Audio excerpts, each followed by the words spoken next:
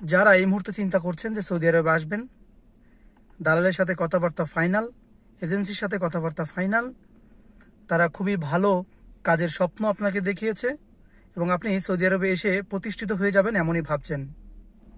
Saudi আরবে দালালের মাধ্যমে আপনি কোন কোম্পানিতে আসবেন, কত টাকা বেতন পাবেন, কি কি সুযোগ সুবিধা পাবেন, এই সব কিছু আমি আপনাকে সৌদি আরব থেকে জানিয়ে দিব।